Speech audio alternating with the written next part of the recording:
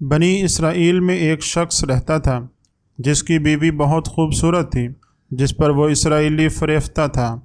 چنانچہ جب اس عورت کا انتقال ہوا تو اس اسرائیلی کو بڑا قلق ہوا اور ایک مدت تک وہ اس عورت کی قبر پر بیٹھا روتا رہا۔ اتفاقاً حضرت عیسیٰ علیہ السلام کا ادھر سے گزر ہوا تو انہوں نے اس اسرائیلی کو پریشان حال دیکھ کر اس کا سبب معلوم کیا۔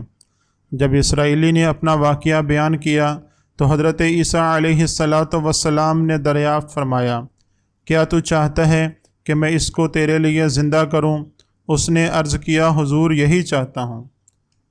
چنانچہ جب حضرت عیسیٰ علیہ السلام نے اس قبر کے مردہ کو آواز دی تو قبر سے ایک حبشی غلام جس کے ناک کے نتنوں، آنکھوں اور جسم کے دوسرے حصوں سے آگ کی لپٹیں اٹھ رہی تھیں، حضرت عیسیٰ علیہ السلام کو دیکھتے ہی غلام نے کلمہ پڑھا، لا الہ الا اللہ عیسیٰ روح اللہ۔ اسرائیلی نے یہ دیکھ کر عرض کیا، حضور مجھ سے غلطی ہو گئی، میری بیوی کی قبر تو دوسری ہے۔ یہ سن کر حضرت عیسیٰ علیہ السلام نے حبشی کو حکم دیا کہ تم اپنی قبر میں واپس چلے جاؤ۔ چنانچہ وہ مردہ ہو کر گر گیا اور اس کی قبر پر مٹی ڈال دی گئی۔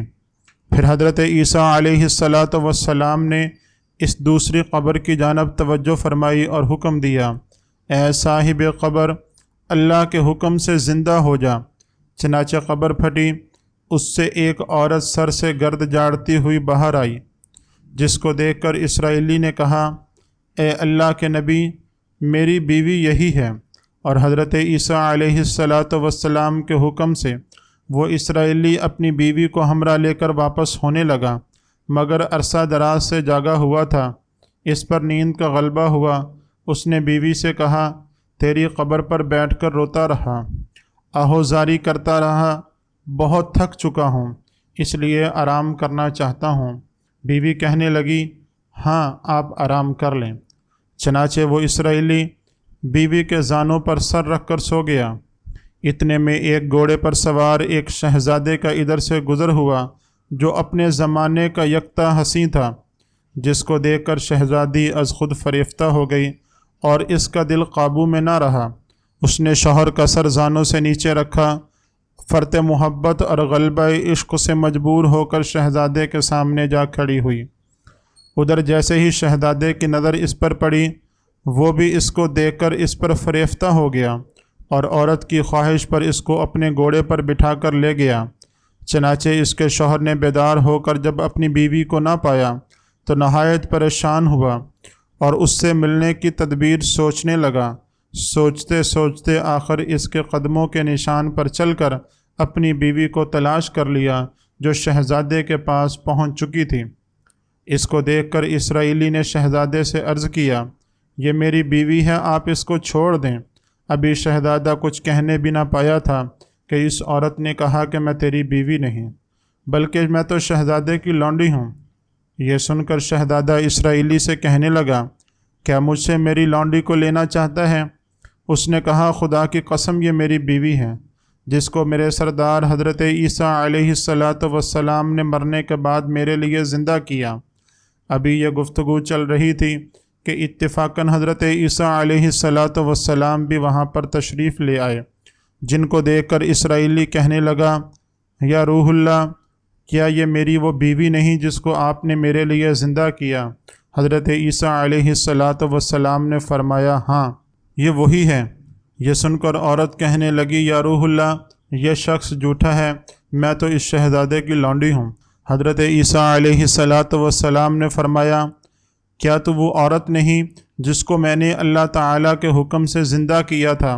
عورت نے کہا، یا روح اللہ، باخدا میں وہ نہیں ہوں۔ اس کے بعد حضرت عیسیٰ علیہ السلام نے فرمایا، جو جان خدا کے حکم سے میں نے تجھے دی تھی اس کو واپس کر دے۔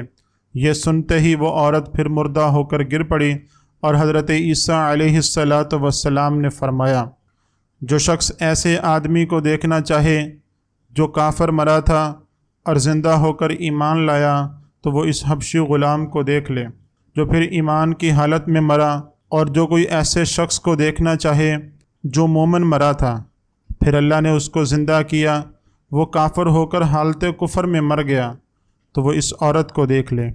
اس واقعے کو دیکھ کر اسرائیلی نے قسم کھائی کہ اب ساری زندگی نکاح نہیں کروں گا، اور میدانوں کی طرف نکل گیا، جہاں اللہ تعالیٰ کی عبادت میں مصروف رہ کر اسے موت آ گئی۔ اللہ تعالیٰ اس پر رحم فرمائے۔